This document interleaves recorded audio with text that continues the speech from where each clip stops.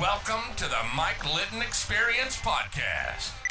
Mike has over 31 years experience in real estate, finance, and investing. He's passionate about being a father, a teacher, a realtor, an investor, and a leader. Everyone has a story, and our passion is to help them tell it. And now, introducing the host of the Mike Litton Experience, Mike Litton. So what can you expect from the Mike Litton Experience? You can expect stories that will inspire, motivate, advice that will sharpen your focus, and expert information on real estate, finance, and market conditions. Than what I just said, but yeah. And, in that running theme, so after being in the industry for, my daughter's 3.5 now, was in the industry for 10 years almost at that time when we got pregnant and had her during COVID. So a lot of staying home, a lot of, raising my baby. And when I got pregnant, you can ask my husband, I looked at him and I was like, we're getting a nanny. I'm not losing my career. I'm not losing who I am. I'll be with her plenty. And then I saw her little face. And I said, the money doesn't matter, work doesn't matter. The son, this is all that matters, is her. Yep. And the company I was with at the time was gracious enough. With COVID, I had a long maternity leave. I spent a lot of time with her, and it just really enforced that theory to me that I can't leave this child. Nobody else can raise her. I cannot miss a moment with her. How am I going to make it work? And the reason I had to leave that company, and I've left another company for the same reason, is people telling me no. Mm-hmm. You can't do it. Mm-hmm. You cannot raise your child. You cannot be the VP of anything. You have to work a 9 to 5 and have somebody else raise your kid and have somebody else have those memories with your kid, and you're going to miss out because this is the job that you want. And if you don't want this job, then quit and be a stay-at-home mom and don't bring in an income for your family. Yep. When they put the company above you, they lose. It's that simple. Very simple. And it was very easy for me to look both of them in the face and say, oh, no, thank you. Mm-hmm. No, thank you. You will absolutely not speak to me in that way. You will not treat me in that manner. I will be exactly who I want to be inside the 4 walls of my home for my children, and I will still create a legacy for them. Good job, baby. And it was hard because that's all I ever knew. They took this huge risk on me, and oh my gosh, I owe them everything. And I do. I owe them a lot. They were a great stepping stone for me. I cannot thank that company enough for what they did for me and how they introduced me to this industry. But I left. And I left with my head held high. I didn't know who was going to want me because I was told from them, you only are this person because we told you who to be. It's only because you have this name behind you. You go anywhere else, you're not going to have this business. And they're wrong. And by the way, if you ever need a reference, I've told you this before, but if you ever need a reference, thank you. You have my number. I pick up my daughter every single day from preschool. I drop her off every single day. I am sure that I have clients that have gotten frustrated with me or upset with me because I am at SeaWorld on a Wednesday at 2 o'clock. My phone never stops ringing. I work 24/7. Mm-hmm. I also pay attention to my babies 24/7. Mm-hmm. And I time block. There's times where I, have just for my clients, like now we don't have babies running around here. Right. I have just found a way to make my life work, and there is that opportunity for everybody that you can mold and shape your life exactly how you want it. Mm-hmm. I only have these formative years with my kids once. They're only that age once. That's why I gave up radio, remember? Yes. I gave up radio because the kids were going into high school, and I wanted to be that dad that was in the stands every time they looked up. I wasn't going to be able to do that if I stayed in radio. Yes. So I gave up something that I dearly loved, and I was pretty good at it. I was pretty good at it. But I gave it up. And, I'm glad I did because I got to go chase them around for 4 years, 5 years, And, there hasn't been a moment where I've regretted the decision to take a step back from certain positions or certain things that I had committed to in the past. That is just, it doesn't fit me anymore. Right. I don't do late night happy hours anymore. I don't do late night networking events. And there will be a time in my life that I do that again. Or maybe there won't be. I don't know. But becoming a mom now of 2, and we're still learning how to be, 2 in a household. It's different. Mm-hmm. It is. It's very different. But And when Jet starts walking, we have another hurdle to overcome. Your floor will never stop moving. And by the way, Jet, just so you know, Jet will walk faster at an earlier age than Brinley did because she's walking and he wants to. Oh, my... Never underestimate the power of an older sibling. He is 4 months old, and my Brinley never crawled.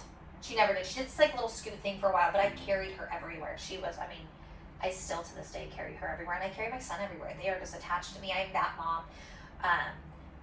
He is already trying to start to crawl. We put him on his tummy time, and he brings his legs up, and I'm like, oh, no, honey, slow down. You're my last one. Right. You got, like, time has to go slower. Yeah, we have to try and enjoy He this. tries to talk with her, and yeah, he does. He Guaranteed. loves, like, that. It's amazing, but he is going to be this early everything. Yep. Because he sees her. And she's And a you. fire. Yeah. And you. Thank you. And your husband, okay? Yeah. They're watching you. You know this. They're watching you, and they're a sponge. They're an All the time. absolute sponge. Well, which is something that I didn't really understand going into motherhood. You know, kids are sponges. Everybody tells you that. Don't say cuss words in front of them. They're going to learn it. I've also learned that my daughter is also learning work habits and techniques and tactics and the way that she speaks to people. My daughter is 3.5 years old, and she can command a room when she walks in. Work ethic too. She will sit there, and she's a master negotiator. I know that everybody says this about their kids, but my daughter can speak with adults in a way that they understand. And she knows how to communicate because she's seen me do it. I take her along to sales meetings with me. I have phone conversations, and honey, mommy has to take this call. That's right. You have to entertain yourself. Here's some Play-Doh. But, you know, we had this talk the other night. Mommy, you're always working. You're always working, mommy.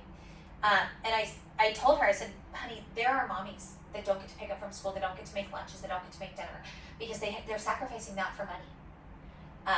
Mommy has picked this job because mommy can take a call and hang up a call, and then I can get right back to what we're doing. What do you want, Brittany? Do you want me to, I'm totally happy we'll get, you know, a nanny in the house, we'll get you a daycare a little bit longer, and then mommy will be home when she's home, but I won't have these opportunities. Right. And she's 3.5, and she looked at me and she said, Mommy, you can take escrow calls all day long. I want to be right by your side. And she knows the girls up in the office, she knows my clients, and when I have to get down to business, she respects it and she honors it. And I'm not missing out on things. I'm not 50% present when I'm with her. I will turn off my phone. I don't care. I'll miss an opportunity if a client's mad at me because I can't pick up the phone or I can't be there in the moment that they want me to be there because I chose this. I chose my daughter over them. They'll get over it. Yeah. I'll find another client. Yeah. I agree with that. I totally agree. You'll never find another daughter, though. And you'll never find another son. And you'll never find another opportunity to have an impact on them. Yes. And I'm, as you know, on the other end of this, right? I'm a 23-year-old and 24-year-old. Yeah. And I am constantly, I think I told you earlier that I spent an hour and 32 minutes on the phone with Madison's boyfriend. And what I figured out was, and I'm continually figuring this out, but what I figured out from talking with her after I talked with him was how much she learned. Yeah. How much she learned being in that household. Absolutely. We ran that Keller Williams office, our mortgage company, Oh, yeah. out of that house. Yeah. Okay? And so they didn't get to see the prettiest part of real estate. They got to see the ugly part, which was Dad had to go resolve conflicts. Dad had to go handle this. Dad had to go handle that. But they got to listen. They got to hear what I did and how I did Yes. it. Okay? It's unbelievable how much they've picked up. And Michael, the other day, I took him to breakfast at his favorite breakfast place a couple years ago. He was still a senior at Nebraska. And I sat down with him and said, if there's no limits, if money's not an object, there's no limits in this world, what would you do for a living? He said, I would invest in real estate with you. You could have knocked me over with a feather. I thought, growing up, that they wanted nothing to do with real estate. Yes. Okay? But Madison's even at a point where she's starting to appreciate what she learned growing up in our household. Michael is wanting to get into real estate investing. He went and walked a property for us the other day in Fremont, up by where he is, and sent us the photos. Called me yesterday and said, Dad, I'm driving through a neighborhood and there's some distressed homes here. What do I do? And I said, just send me the addresses and we'll go to work on them. Yeah. Right? He's up there. It's amazing. It's crazy, right? But you don't understand the impact you're having on them until you come full circle and you're on the other side, right? And I'm telling you, the things that you're teaching her without knowing it are absolutely invaluable. And the things that your husband's teaching them too. Yeah. I mean, it's all encompassing. 100%. And they absolutely are just soaking it up.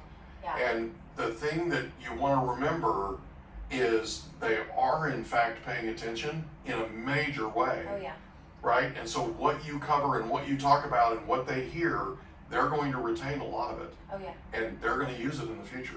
Well, and it's so important to me that we raise our daughter to not only see the sacrifices that we're making and all that, but we're not doing it for money. You know, we don't tell her, oh, we can't afford that, or, you know, oh, daddy's working hard so we can have money, so mommy can drive a nice car, so mommy can have new clothes. We don't talk about that. We talk about it for a lifestyle, Right. for experiences. Daddy's working hard this Saturday morning, so when we want to go on vacation in 3 weeks, daddy doesn't have to answer us. And that's important because they Yes. figure out what your values are. Absolutely. Okay? And your values, when you put them first, they never forget it. Oh yeah. I got a 23 and 24-year-old that are telling me, I know you put us first. Oh yeah. We know it, right? Oh yeah. Big deal. It's a huge It's a deal, big and I think deal. it's so important. You know, I'm knee deep in this parenting thing. I have a lot of way to go, and I'm not a perfect mom by any means. But my kids know. You know, Jed is 4 months old, and I'm instilling this in him as well. They are the most important part of this. We are not doing this because of them. We're doing this for them. Right. We're not working hard because kids are expensive and diapers are so expensive, like everybody says. We're doing it so we can leave a legacy for them, so we can have an opportunity to spend time with our kids and have the flexibility and freedom. And that's a huge thing with, you know, escrow sales isn't the sexiest thing. It's not, you know, this huge money-making pot. But I know that I will have a legacy for my kids later, and I have the freedom and lifestyle and flexibility that I have because I'm in this job. Well, and let's be honest, you're giving them a better childhood than you had. Oh, We're 1,000. always trying to improve Yes. on, like my kids had a much better childhood than I did. By design. Yeah, By absolutely. design. It's not a freak accident. It's a big deal. And you know, my parents had a horrible divorce. There was so many things that I saw and experienced as a child that, you know, I will never have my kids experience. My husband and I are not best friends 24/7. We argue, we get into it sometimes, but we will be in the middle of a conversation, a heated conversation about something, you know, somebody left a dish in the sink, I don't know, something small. And we'll look at our daughter, and both of us do this without coaching each other or talking to it beforehand. We'll look at our daughter and say, Mommy and Daddy love each other very much. Because we're having this conversation right now, we're just not agreeing on something. We're going to be fine in 5 minutes, 10 minutes. This is just us disagreeing. It doesn't mean we don't love each other. It doesn't mean that this is bad. You know, this is an adult conversation. And even if we don't want to, at the end of that conversation, we're going to look at each other and we're going to kiss. Mm. I love you. You are my best friend. So she sees not only how to fight fairly and right, you know, we don't yell, we don't raise our voice, we don't put our hands on each other, but we also can make up. And we may be freaking kicking each other underneath the table. But my daughter will see, Mommy and Daddy know how to have conversations, and they know how to make up. And that's a huge thing too. So last night, Madison told me, she said, Dad, we never saw you argue. You and Mom never argued. I said, yeah, it's by design. Yeah. Like, she's applying for a job right now. And it sounds like she's going to get it. She will get it. Oh yeah. If they're smart, they'll hire her. Yeah. So she had her second interview, and they said, how would you feel? How would you deal with a grown man, rough grown man in construction, calling you up and yelling at you over the phone because somebody dropped the ball, somebody in the company didn't Yeah. do what they were supposed to do, because she's going into sales. And she said, you know, it'd probably be jarring at first, but I learned a lot about how to deal with how to resolve conflict. Right? And she literally was telling this guy my playbook to the letter. And she said to me last night, she said, you can't imagine how much I learned from you about conflict resolution. Yeah. I told her, I said, listen, honey, I'm the most boring person in the world to have an argument with. Yeah, you're not going to get me Come heated. at me. Come at me. Pick a fight with me. Yeah. It'll be the most boring thing you've ever had in your life. Because you will yell, you'll scream, you'll be venomous, whatever. And I'll literally sit there and listen to you until you completely run out of steam. And then when you're done, my question to you, you'll say something like, what do you have to say for yourself? And I'll say something like, I'm sorry you feel that way. How can I solve it? Yeah. How can I make this better? Right? And I won't say it in a way that's pitched. I won't say it in a way that's higher volume. I won't Yeah. say it in a way that returns their energy. It's the worst thing you can possibly do. And I learned that owning that Keller Williams office for 18 years. I learned how to resolve conflict. Yeah. And we got in the middle of some serious, I mean, we had some people just screaming at us. And, you know, we dealt with it. I'm the most boring guy in the world for you to have an argument with because I'm just simply not going to go there. I'm not going to jump in the water with you. And so she's like, we never saw you argue. We didn't argue. Did we disagree? Yeah, but we disagreed in private. Yeah. We never yelled at each other. We never had an argument that was back and forth, all this kind of, we never did that. They never saw that. And they never saw it because I grew up in a household that had a lot of fighting, had a lot of ugly things said to each other. And I remember sitting there as a kid thinking, how could a married couple talk to each other this way? Yep.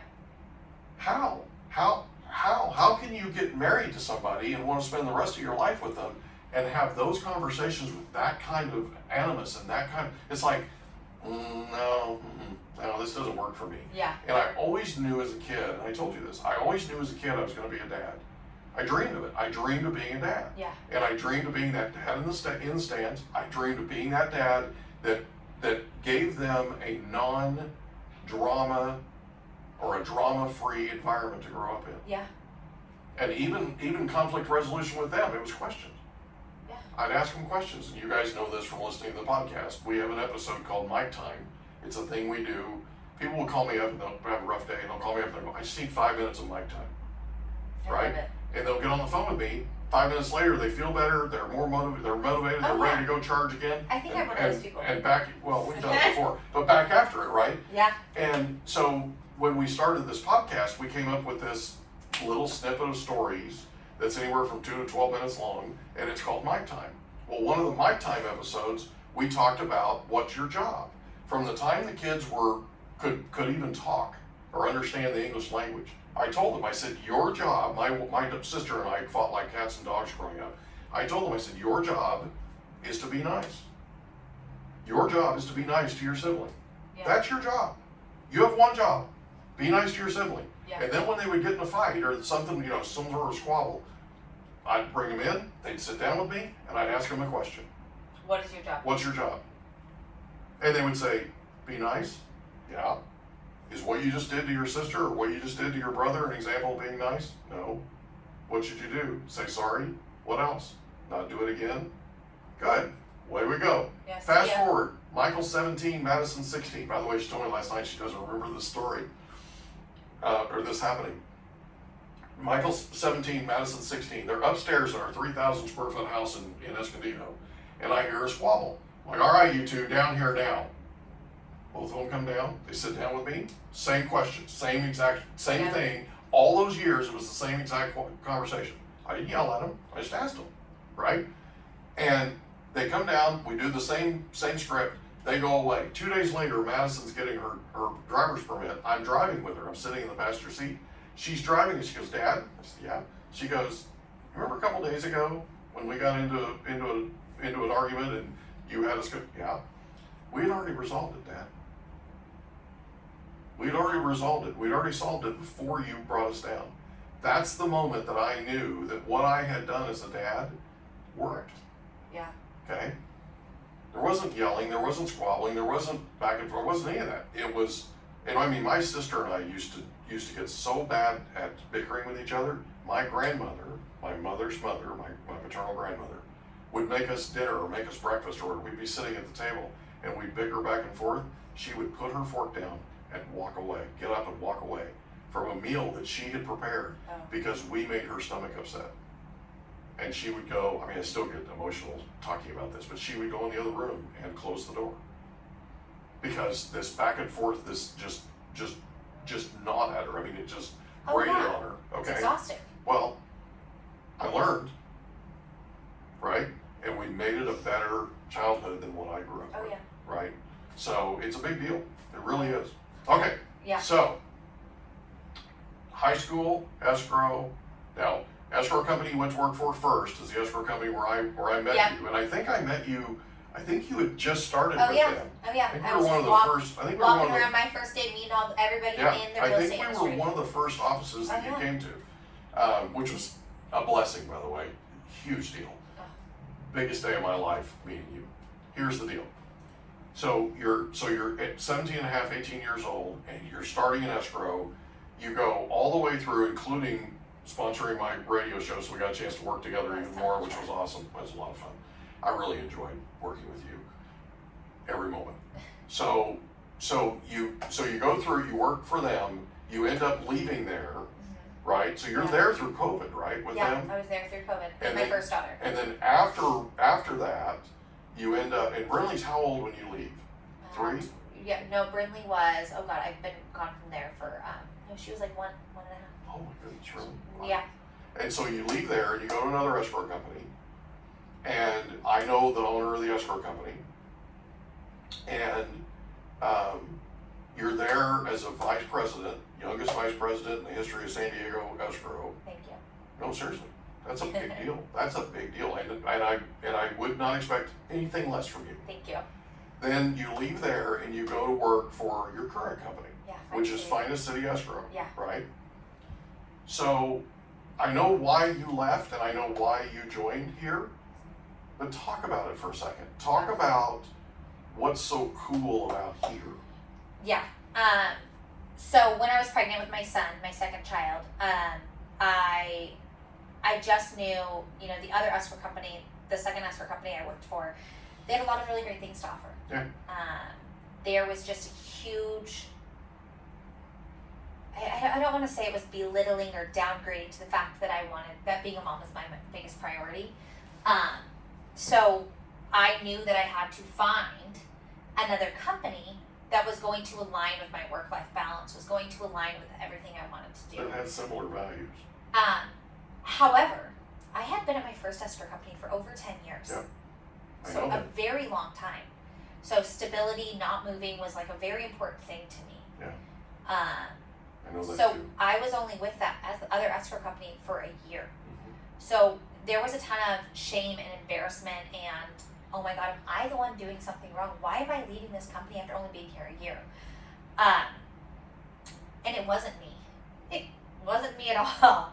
It was what was happening over there. And Yeah. I knew after I did some self-reflecting, talked to my husband, talked to some, mentors in the industry that I have, that me putting my kids first and me leaving there was the best thing for not only my mental health, not only for the well-being of my family, but for my longevity in this industry. So a ton of opportunities again land on your lap when you are leaving somewhere, saying that you're going to leave somewhere. And Finest City is owned by a management company that manages more escrow companies in Southern California than anybody else. We do 1 out of every 6 escrow transactions. So you have to imagine the stuff that we see, the experience behind us, the backing. It's all incredible. The foundation was there for me to build. Finest City was their newest brand. It was their smallest brand. It was a brand that they needed to get out around San Diego, and that's what I do. So Yes, that's true. I agree with that. I'll shout it from the rooftop where I am. I'm proud to be here. The VP of Sales and Marketing, or what is he? 'Cause that's my title. I don't even know what Ryan does here. He manages the sales team. He grows the companies. He does everything. And Ryan and I had some very honest conversations, and I was 7.5 months pregnant. Mhm. And in this industry, as you know, if you're not in front of your client, somebody else will be. Yep. So I am 7.5 months pregnant at a table, and he's, asking me to come over and offering me this, and he's, just flattering me up the wazoo, as you do when you're going to hire somebody. And I told him, I said, you're under the impression that I'm this 20-year-old Molly, 25-year-old Molly, that I'm going to all these networking events, that I'm cold calling, that I'm this boss babe, that you think that that you knew in the past. Mhm. I'm not. I'm a mom of soon to be 2. I'm going to take a maternity leave. Things have changed. Things are you sure that you want me? And he was like, here's the dotted line. That is why I want you more than anything. You are going to come over here. It's just a matter of Smart what it's guy. going to take. Smart guy. And I came over here, like I said, 7.5 months pregnant. He has built out, so many avenues for me to explore myself, creatively wise, to do sales, to do all these things. And it's the best thing ever. Being over here, like I said, I get to take my daughter to preschool every single morning. I get to pick her up every single afternoon. I get to bring my son into the office if I need to come into the office. I get to work from home. He doesn't care where I am. He doesn't care what I'm doing. He has shown me this commission-only route, just like real answers are. So now I get to empathize with my clients more. Oh, sure. And I get this avenue, and it's not just about work. I had a day, a week, 2, 3 weeks ago where I was just, how it is in sales. Mm-hmm. It's exhausting. It's hard. I've said this. I show up every single day. Oh yeah, I'm so confident, and I'm not. Yeah. Behind me is this weak, timid little person that I don't want to do it anymore. I want to sit on my couch. I want to, I don't know. I don't know what I want to do, but I can't do this anymore. I have to go work at Taco Bell. Right. And I had a day like that, and I called Ryan, or I texted him, and he called me, and I said, "Don't call me. I don't want to talk to you. I'm in a negative mindset. I don't want to talk to anybody right now. I want to cry." Right. And he called me again, and he was like, "Listen, you can't be everything for everybody. You can't be 100% on as a mom. You can't be 100% on as an employee, and you're not being 100% on as a wife. When's the last time you had a drink with your husband, just the two of you guys?" And he coached me through and walked me through this mindset that I had and that I was lacking, and told me, stop working so much. Stop being on 24/7. Tell your clients you can't answer the phone at certain times. Be 100% on at work when you want to be. Do it less. Be 100% on as mom when you're with your kids. And go be a good wife too. And in that moment, I knew that Finest City was the best choice for me. Yep.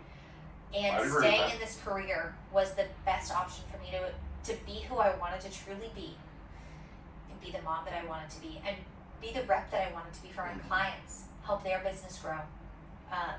It has so many opportunities and longevity and growth here. So I knew it was my best decision that I had ever made. I like this guy. I haven't even met him, and I like him. Ryan's tough. He is so tough. He is hard on us. If you're having a bad month, what's going on? Why aren't you out prospecting the market? I'll call him and I'm like, God, the market's tough. And he's like, I don't want to hear about the market. Mm-hmm. Who cares? You can't control the market. You can't control the market. You can control yourself. You can control your activities. That's it. Out prospect everybody else. You can work harder than anybody else. But if I'm having a day like I was a couple weeks ago, he told me, he's like, stop working today. Close your laptop. Go take your kids wherever you take them, to the beach, to the park. Leave your phone at home.